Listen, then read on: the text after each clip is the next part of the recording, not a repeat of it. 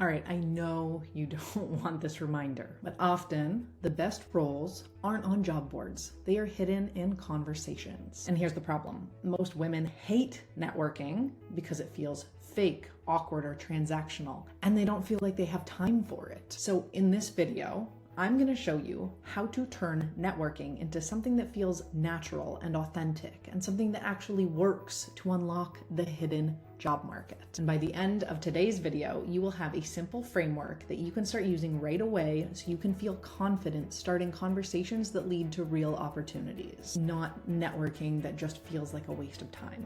And look, I get it. After winding down my company during the pandemic, networking felt like a chore. It meant cold LinkedIn messages that often went unanswered. It meant awkward virtual coffee chats that I didn't want to force into someone's calendar. And it felt like asking for favors that honestly made me feel desperate sometimes. And maybe you've felt the same way. Maybe you've thought, I don't want to bother anyone.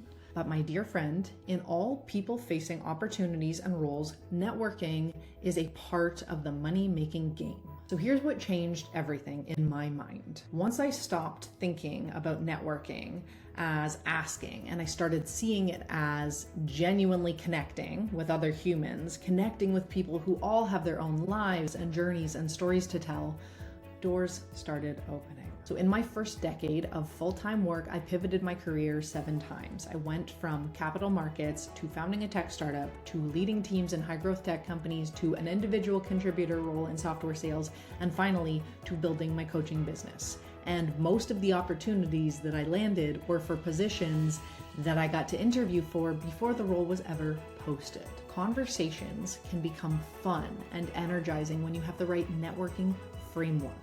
And that's what I want to teach you today. Networking can be rooted in curiosity, in adding value, and in creating possibility, not in pressure or awkwardness. That's the shift I want to help you make. I truly believe that salespeople have an unfair advantage when they are job searching. So let's get really practical here. Here's a 2-path strategy that works for motivated women like you who want to find new opportunities without wasting months job searching with no progress. Path number 1. Applications. Yes, you still need to apply for roles that you see online. If nothing else, it gives you a sense of what's out there, what companies are looking for, who's hiring, and it helps you practice positioning yourself, even if it's just for your resume.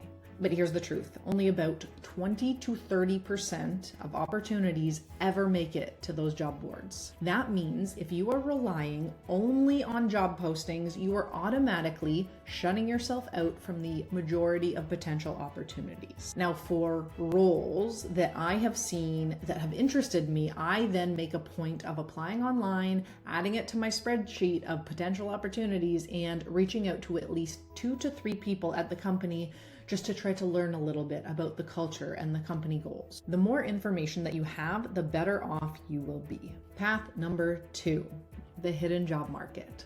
Now, this is where some real magic can happen. The majority of roles, especially the ones that are deeply aligned with you and your path, the ones that are truly fulfilling, they get filled often through referrals, introductions, or conversations before they ever show up online. This is the hidden job market. So the real question is, how do you access it? So here's the outreach framework that I teach my clients, and it's the same one I've used in every single one of my pivots. I call it the 3 C's of networking. C number 1, clarity.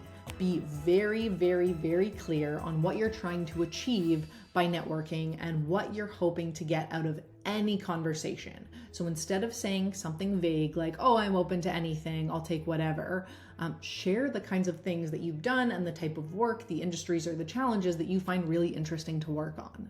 So clarity gives people a clear way to help you without wasting your time or theirs. So if you are vague, they won't know how to connect the dots or what they can do to help. Clarity about both what you're looking for and what you want to learn from someone going into a conversation is the most direct and kind approach to asking someone to invest time in helping you. C number 2, curiosity. Lead with curiosity. So instead of opening with, oh, do you know of any jobs?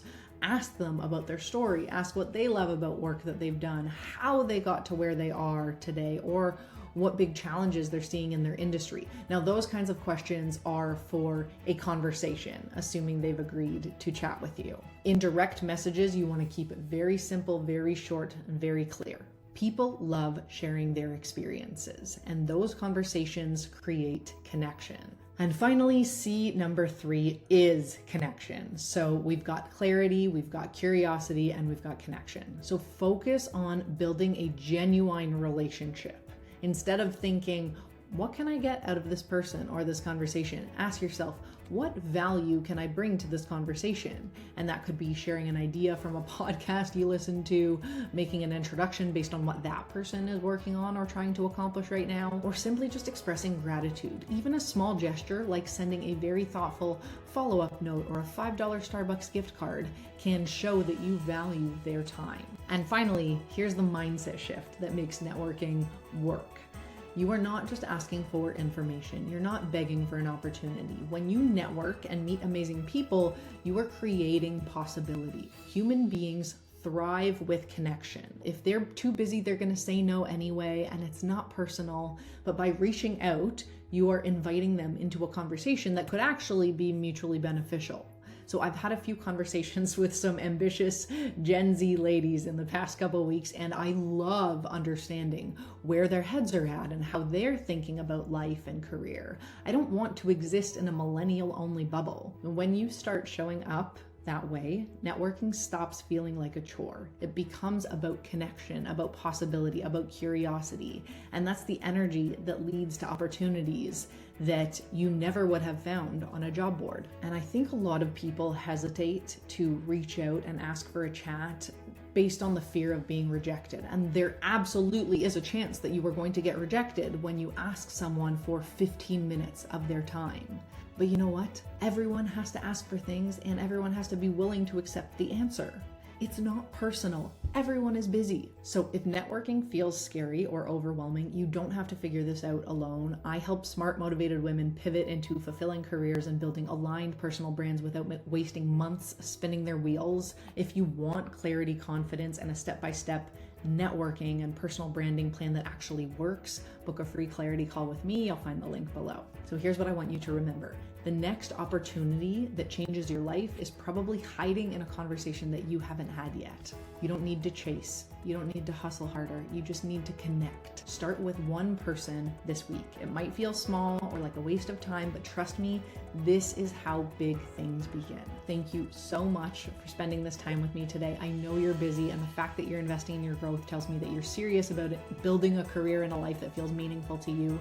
I'm so grateful to have you here. This video is just one part of my Career Clarity Blueprint series where I'm walking you through all 7 steps to pivot with confidence and build a career you love. Each step builds on the last, so make sure you catch the rest of the series for the full blueprint. If you're watching on YouTube, don't forget to subscribe so you don't miss the next episode. And if you found this helpful, share it with a friend who's craving a career reset. Thanks again, and I will see you in the next video where we will talk about how to stay organized, focused, and energized during your pivot with tracking. I'll see you there.